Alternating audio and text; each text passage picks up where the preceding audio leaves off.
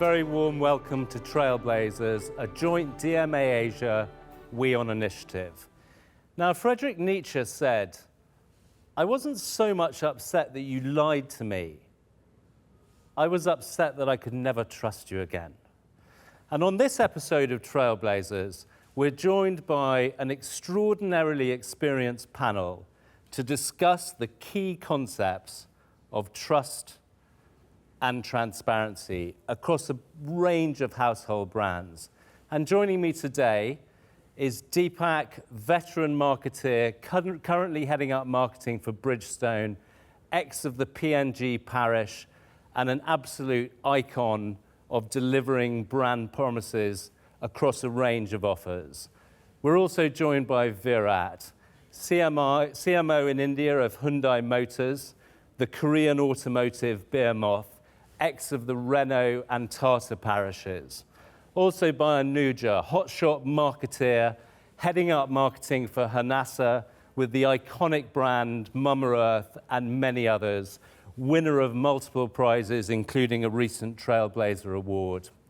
Sartak from Tata Housing, again a veteran of the industry, worked his way up through the ranks, uniquely qualified to tell us about how the customer promise gets delivered, soup to nuts. And finally, Suryadeep from Conviva, one of the world's great enablers of technology, a veteran of multiple tech businesses, IBM, HCL, and many more. A very, very warm welcome to our Trailblazers. Now, to get us underway, I'm going to invite Deepak from Bridgestone to come and talk about trust and transparency. Deepak, do you trust me? That's a very tricky question. I think I hardly know you. So whatever I know of you, I do have some degree of trust, but I think I need to know you much more to be able to trust you. But also it depends on a context. So in today's context, I do trust you. Well, yes, you sort of have to start an interview by trusting, but it's an interesting way to start it, isn't it? Because there's something very human about trust, isn't there? And can you, as a philosophical point, Deepak, what starts as a very human value, can you even really translate it into a corporate environment? Excellent point and excellent question. I think corporate environment or brands, to me, have to be inspired by human relationships. Your current business, Deepak, Bridgestone, it's got the time on its side, right? It's a 150-year-old business. It's in all kinds of, best known for tyres perhaps, but it's in mobility solutions, it's in golf balls, it's in earthquake solutions. How do you imbue all of these product areas, Deepak, with this humanness? How do you create that human transaction? Okay, so when we look at our category, the core category is tyres. And we say that tyres carry lives. And we take this thought quite seriously at our corporation. In fact, if you would see that when you're in a vehicle, the only thing in the vehicle that touches the road is the tire. So we have a huge responsibility in terms of maintaining the trust with our customers and making sure they are safe, right? And hence, in our culture, we focus a lot on safety and then performance. And our promise of performance and quality has to be met. I mean, that's a given. I mean, you've made the point that it's a given. And in terms of creating trust around this safety critical item, is it such a given that you don't actually market it? I think safety is just one aspect. You don't buy a tire if it's safe only. You will not buy it if it's not safe. So ensuring that the core need of safety is met, to be able to build a more differentiated brand and to deliver on other things, like when you drive, you want a driving pleasure, you want comfort, you want a longer lasting tire so that it's a great value. Talk to us a bit about how you regain trust in an organization like Bridgestone when something goes wrong. I think you've touched on a very, very important critical aspects of brand building and brand trust. And in a category like us, something going wrong could be fatal also. So depending upon what has gone wrong, our way to handle that would also differ. Thankfully, I haven't been through a situation where I've had a critical issue like loss of human life or anything like that. And maybe thanks to the quality of products we have, that hasn't happened. Deepak, thank you so much for your insights. We must get you back on the show again to get to the bottom of this. Thank you so much, Thank you. sir. My pleasure. A huge welcome to Virat, CMO of Hyundai India. Welcome to Trailblazers, Virat. Thank you, Jasper. Thank you, WION, for inviting me. How do you think about transparency in Hyundai or other brands you've worked with, Virat? So, Jasper, good to be specific about transparency. Trust is actually a very, very, very large topic. And I think transparency is just one of the pillars that tries to build in trust for any organization.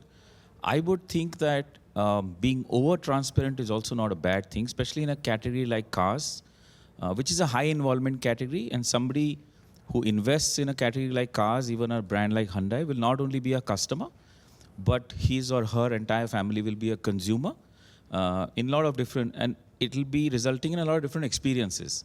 So by over-transparent, I mean that A, you should give out all the relevant specifications on a product, but also for people who want to research more, who want to compare more. There is no harm in the company coming forward and giving more information for somebody who's a little bit more of a discerning buyer or a discerning owner. You know, automotive businesses, like many businesses, are very spec-driven. You know, it's the nature of the beast, Virat. But how do you ally values and all the things in an organization to the point before where people really mean it with the spec? How do you create that sort of yin and yang? So it is always a feature-benefit relationship. The feature is the engineering side of the product. The benefit is what the consumer will drive out of it. I'll give you an example. In India now, we have the largest vehicle park of connected cars in the country, which is more than 400,000 cars on road. Our latest cars offer about 60 blue link features, which is the connected part of the car.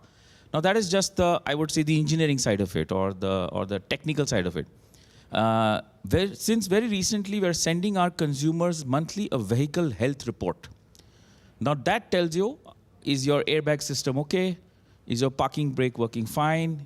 Is your engine dynamics working okay? It just gives you an okay scorecard to tell the consumer that we are not only giving you the tech, we're also giving you the benefit of that tech. Oh, it's like a personal health app, but it's for your car. It's for the car. And you will not believe it. We are all marketeers. We do things like email marketing. The open rate on something like this is really, really good. People are concerned to know that if you've got a product which is that innovative and technologically advanced in your garage, how is it doing sitting there? So these kinds of, again, transparent, proactive communications for the brand really gives us repeat purchase. You work for Renault, you work for Tata, you work for Hyundai. Why would I trust one more than the other? So it's a consumer journey. Obviously, we know from awareness to purchase. When you start getting into buying a mobility option, you will obviously start from, I will do shared mobility or I will do own mobility. When you get into own mobility, you will go psychographically, demographically, what you want to buy. Suppose you land on a segment or a body type. Then, from our point of view, a consumer looks at least 3 different brands or 3 different, I would say, product brands. It comes down to budget, it comes down to specs, it comes down to ownership experience, word of mouth, and ultimately a lot of it is under the umbrella of trust. Jasper owns a car, Virat owns a car, Jasper liked it, Virat didn't like it, etc., etc., etc. But when the car reaches the household, then you start to get in loyalty, you start to get in advocacy. It's not the customer or the buyer who makes the decision, it's the children, it's the spouses, it's the relatives. And a lot of these decisions are what not to buy rather than what to buy. You're a very experienced marketeer, but was it easier when you started, Virat, in the kind of pre-digital age to create trust, in a way? I would say it is not easier, to be very frank, because in the non-digital age, you have also got restrictions on means of communication. Means of communication were slow and far apart. In the digital age, if the company has the right mindset, you can communicate faster, you can communicate complete, and you can communicate convenience to the consumer. So I believe as marketeers, The screens are smaller and the screens are many, but I think it is more convenient and I think it's more clear for the consumer on what we want to communicate. You know, trust is a composite of many things, A big right? composite. It's not a single Trust is a thing. composite of the product, the experience, the promise, the heritage. Can I call up somebody in the brand and talk about a problem that I have? And an over delivery on whatever we promised. So transparency, I think, is just one of the tools to achieve trust in today's environment. Well said, Virat. I'm thinking of getting a new car. I might just get a Hyundai based on. Now we're talking business. Perfect. Now we're talking. Thank you so much, Virat. We're delighted to have you here, Anuja. You definitely win the prize for the sharpest suit on the show. Thank you. I'll take the compliment. Now, let's get started with this. One of your brands, one of your key brands is Mama Earth.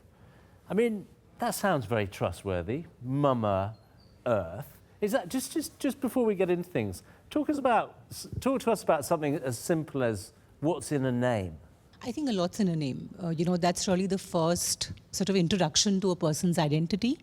When it's a brand, I think, it opens the window for people to really know, to sort of understand the brand. Mama Earth had a very interesting short history of, about the last 7 years that it's come into existence. It was a brand that started out as a baby care, baby category brand. Largely built on the promise of honesty and natural ingredients and, toxin-free, chemical-free, safe products. And therefore, I think the name does justice to what the brand's promise was, which is Mama and Earth. So Mama Earth. How do you see trust in the context of a 7-year-old brand?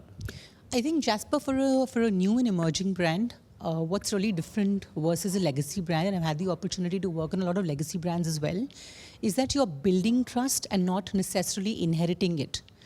And I think, when you are in the business of kind of building a new brand, you literally have to almost have the paranoia to do the right things every day because you're building that culture, both in the organization and outside, of getting people to trust your brand. We're a house of brands that particularly caters to the millennials. And one of the things that we know about millennials is that, they're not looking to just trust you without getting into, details of what you're putting into the product, right? What is your promise? Are you living your promise every day? And I think that brings me to the point on transparency as well. Transparency possibly always precedes trust building. And I think the Gen Z now, they're a very different bunch from, I think, the kind of audiences or target groups that we were used to about a decade back. They're extremely questioning. They would get into details. They would do their own research before they build that trust. So they wouldn't take anything on face value. Well, let me, again, put you on the spot a bit. I have 16-year-old twin daughters. So I'm thinking I'm not your core TG for Mama Earth. But my kids kind of are. Why should they trust Mama Earth? Why should they trust your house of brands, in a word? I think one is the access of information to the promises that we're making. Today it's a brand that's out there. It's a digital-first brand. The litmus test really is eventually the product, right? When you actually apply the product on your skin, do you still feel as good about your decision to buy into the brand? And I feel we've been a brand that's kind of made up to the commitment, and we've been very, very honest, very vulnerable, and very open to consumer suggestions and feedback. I mean, you've got many innings ahead of you, but you've been with Pepsi, you've been with Lay's, you've been with Godrej. Yeah. When you think back to the young Anuja marketeer, what, in terms of trust? I think one lesson that we could possibly pass on to all the younger marketers is, I think it's okay sometimes to make mistakes, but it's very important that you own up to it. I think both, again, as a human and as a marketer, brands, consumers, and people are forgiving, provided you're owning up to the mistake and you have the commitment, to kind of change the mistake or kind of alter the results. Anuja, you've just been a fantastic guest, and we look forward to seeing you back on Trailblazers. Thank you. Thank you so much. And now I'm joined by a man who has literally worked his way up from one end of the business to the other. So is in a very interesting position to talk about trust and his well-known brand, Tata Housing. You've really got to trust a guy that sells you a house, right? Oh, definitely yes. And how do you think about that? Do you start with that premise, or are you more like Virat in terms of it all boils down to spec? Definitely that aspect, I will definitely say that specs are important. But again, one of the good things with us is because we are Tatas, so obviously there's a big legacy what we have. And there's inbuilt trust, I can say, from the consumer's aspect also. And how, I mean, you're at the helm of a division of one of India's most famous, most trusted businesses. But sort of cutting to the chase, Sartak, what's the secret of Tata and trust? Is it just time? Is it values? What's going on under the bonnet? Definitely, I think it's the values which is right over there. And if I can even say, like from Tata Realty's perspective, it's like we have 5 core values. If you'll ask me, it's like we say that, okay, let's build. So build is the values what we actually really stand for. B is for be responsible. So we are really responsible on whatever actions we do towards the consumers also. It's giving back to the society in some manner. Unite to lead. So as an organization, we really look forward in terms of having our customers together and how we can take them forward along with us. Inspire trust. Again, it has to be trust and transparency in whatever act we do. Then I is inspire trust, what I've said. L, lead with excellence. Again, excellence is something which is like very, very important for us. So whatever aspects, whether it is housing, whether it is, I would say, commercial real estate, it has to be par excellence of whatever product we are delivering, and then delighting the customers, which is the D. So if you'll see, it's right into the core of whatever we do. Why do I trust one more than the other? I interviewed Mr. Hirandani the other day. He had a story about why I should trust him more. Why should I trust you more? Okay, so again, one of the aspects about this business is very micro-market centric. So when I say micro-market centric, obviously, if Jamie as an individual, he wants to buy something in Gurgaon, he might not find a Hiranandi over there. So it is, okay, what options do I have? Probably you might say, I've got a Tata, I've got a DLF, I've got a M3M. Now you have to like make a choice amongst these 3 brands. So there actually you look into the product, you look into that, okay, what's each of them are offering, and then definitely the commitment. The deliveries which have not happened on time, and people really are looking forward to those developers who can actually do the deliveries on time, who are really standing tall on the commitment. So I think these are the very important aspects for any individual to really go and invest, because people are actually investing their fortunes. It's like your life savings you're investing into housing. So you know that, okay, I should get it on time. And that is where I think Tata really stands tall. What about when it goes wrong, Sartak? Right? Yes. How do you stop yourself being complacent? I think that is where what we are there for. Day in and day out, we just have to really ensure that, okay, we don't fall in terms of the commitments what we are actually making to our consumers. That is where we have to actually ensure each of our actions, each of our deliveries also. Because we also know that it is much easier to go at the top, but it is most difficult to really command your position at the top for a longer time. After I've completed my Hyundai purchase, I'll be hoping to park it outside. We should go for a Tata Housing home first and then the Hyundai. I'm thinking 4 BHK. Yeah, because homes are for generations. Done. Thank you so much, Sartak, for being on Trailblazers. Now I'm going to invite Suryadeep to come and join Trailblazers. Suryadeep, welcome to Trailblazers. Pleasure to be here. I was listening through the conversations, and I was really going through some of the amazing things that everybody had to share. It really kind of helped me brood through some of these concepts that everybody was talking through. Well, that's a fabulous endorsement of Trailblazers. We do have a very wise and experienced panel. But Suryadeep, I'm going to start you off where we started with Anuja in what's in a name, okay? Mama Earth, milk of human kindness, Conviva. Talk to us about Conviva and this name, because it doesn't, this is a very superficial way of starting, it doesn't conjure, what does it conjure up? Is there something in a name? Yeah, so we stand for, Com stands for communication, and Viva stands for vivacious, way of life.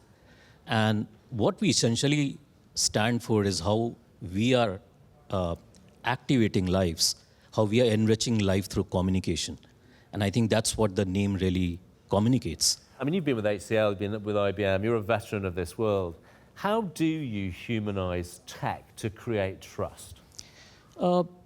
Great question. We are pretty much into a B2B domain, which means that we work with enterprises, we work with companies, be it telecom, others. Now, when you really work as partners, you are trying to really run systems which are at the very central of some of these companies. And when companies really engage with you, they want to work with partners whom they can really trust, right? Whom they can really rely on. Well, yeah, I was interested in Anuja's point, which is quite right in terms of, own up. It's not good all the time. But if you take the 2,500 people you've got, how do you inculcate a culture where people do own up, who feel safe enough to do so? Yeah, so a lot of this actually is driven right from the top, right? How does your leadership behave? Because as a company, I think the leaders really show the way, right? So, at the end of it, the whole starting point is whether you practice that internally in your communication, whether your leaders exhibit that internally. And I think that's the starting point. When you meet customers, how do some of the senior people react? What do they stand for? And I think that trickles down. And you all have a pretty young demographic. Are you finding the millennials, centennials are better able to kind of stick up for themselves and call out the people with, values they don't respect? I would believe so. I see a lot of confidence in the new generation, and I see them calling out. Digital media, social media has given them channels. Everybody has a handle now. So they're calling people out, which is great. And I see that confidence around. People are having that confidence that, they can pretty much call out a CEO on a social media handle, which is great. It's a great place to finish up, Suryadeep. We have hardly scratched the surface of trust and transparency, which is sort of appropriate because these are not things as such that can be attained. You can only improve, you can only get better. And the starting point I think we've taken from this show is a human one, and the individual. Build personal integrity, and then the compound effect of that across an organization will help with trust and transparency. And we live in an exciting age because customers now are challenging, they're demanding, they're looking for transparency. So let's hope for a golden era when it comes to trust and transparency. I'm Jasper Reed, you've been watching Trailblazers, a joint DMA Asia and WION initiative.